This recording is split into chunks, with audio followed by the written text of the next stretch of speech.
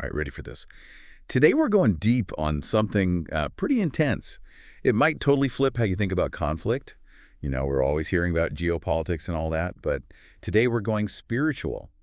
We're talking about the spiritual motivations for war. Yeah, it's a wild angle. Right, really is. We get so stuck on, like, the surface stuff, like who wants what land or power. We miss the bigger picture, the deeper psychology, the spiritual stuff that's driving all that. Totally. And this article, The Spiritual Motivations of War, When Duality Takes Full Control of the Mind, from the Spiritual Seek website, it really got me thinking. It's saying war could come from something way more basic than just clashing ideas or some lust for power. It really comes down to this idea of duality, like how our brains are kind of wired for binary thinking, you know? Right. We put everything into categories, like good versus evil, right versus wrong, us versus them. It's true. And that's helpful sometimes to, make sense in the world, but it can also be, well, really dangerous, especially when you're talking about conflict. So you're saying this need to see everything in black and white, it actually makes us more likely to fight. I would thought, being able to think in complex ways would help us, settle disagreements better. It's kind of a paradox, isn't it? It is. We think we're so smart and complex, but it can trap us in these rigid, dualistic ways of thinking. When we see the world like that in such extreme terms, it's so easy to just completely dehumanize the other side. Yeah. They're not people anymore with their own stories and complexities. They're just the enemy, right. A threat to our way of life. And suddenly anything we do to them feels justified. And we see this everywhere, right? Like in politics, online. Yeah. It's like everyone's in their own little bubble, and they won't even, admit the other side is human. It's true. The article actually suggests our need to belong, our very human need to be part of a group. It fuels this division. We look for people who share our values, which isn't bad in itself. Of course. But it creates that us and them, And those lines between the groups, they can become battle lines so fast it's scary. Wow. So our desire to connect can actually lead to more conflict. That's kind of mind-blowing. It is. And the article digs into the psychology behind it. It talks about cognitive dissonance, which is basically that icky feeling we get when something challenges what we already believe. Oh, yeah, I know that feeling. Like that time It's like our brains just hate being wrong. Yeah. So we twist things around to make our view of the world work, even if it means ignoring evidence or sticking to bad logic. Right. It's way easier to just dig in your heels than admit you might have messed up. Yeah. And then there's confirmation bias, which is like only looking for stuff that proves you're right. Exactly. It's like we're wearing these blinders that only let in information that agrees with what we think. Right. We read certain news sources, hang out in certain online groups. We end up in these feedback loops where we never even see the other side. So we end up in echo chambers, surrounded by people who agree with us, and it just makes that us versus them thing even worse. Exactly. The article also brings up social identity theory, which says our self-esteem is tied to the groups we belong to. Okay. So when our group is attacked, we feel personally attacked. That makes sense. That's why people get so defensive about their political parties or even their favorite sports teams.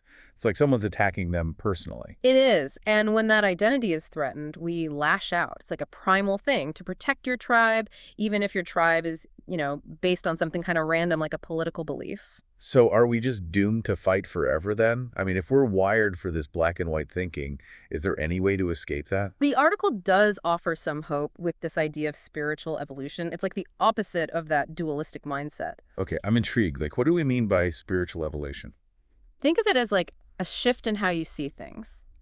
It's moving away from this idea of separation and division and moving towards a sense of connection and unity.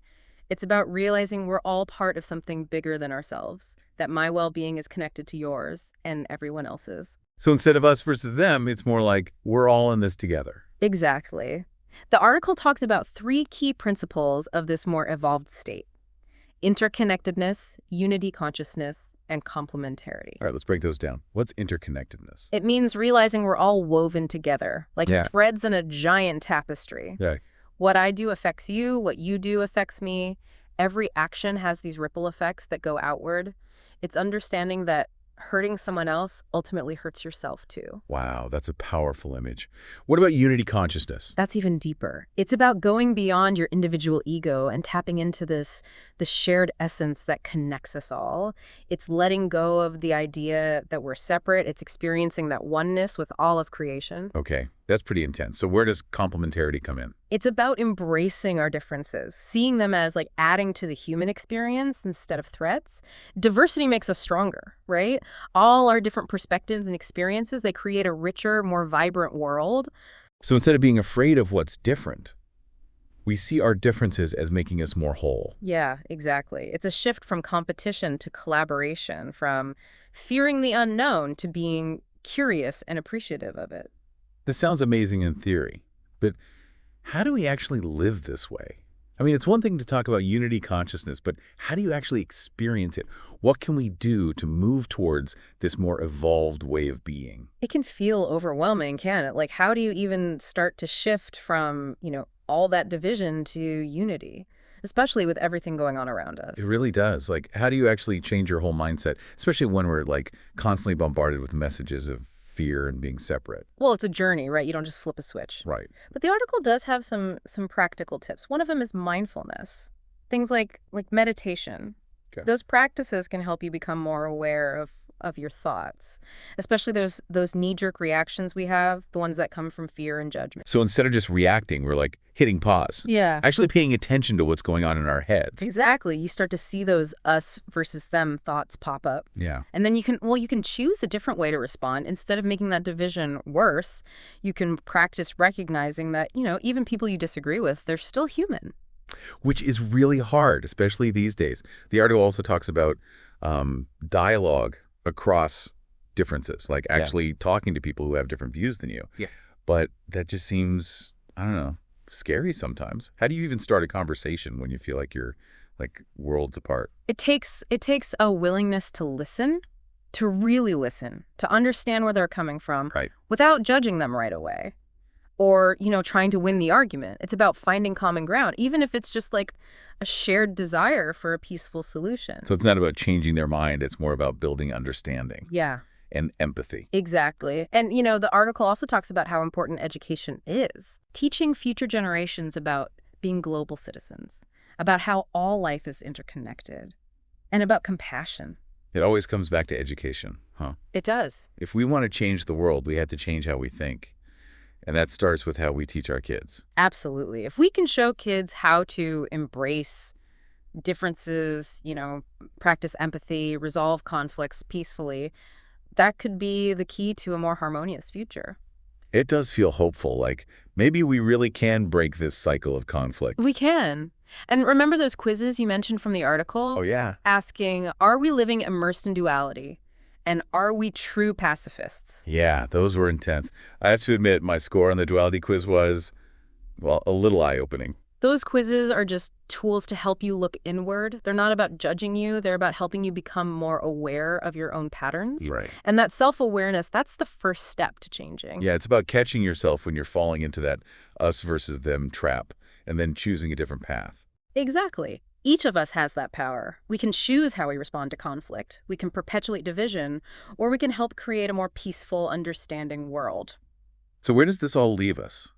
If all this deep spiritual stuff is really driving conflict, does that mean we're just going to keep fighting forever? That's the question, isn't it? Are we willing to really look at our own beliefs, our own biases? Are we willing to challenge the systems that keep conflict going? Are we willing to get uncomfortable and talk to people we disagree with? The answers to those questions, those are going to determine what the future looks like. This has been a wild ride. It's definitely changed how I think about conflict and my role in making the world a more peaceful place. It all starts with the choices we make, with each of us choosing to embody those principles of connection, unity, compassion, even the little things, acts of kindness, trying to understand each other, those can make a bigger difference than you think. That is empowering, knowing we have that much power. So to everyone listening, we'll leave you with this. What will you choose? Will you be a force for division or a bridge to understanding? The choice is yours. And remember, the path to peace might not be easy, but it's worth it. Until next time, keep searching, keep asking questions, and keep evolving.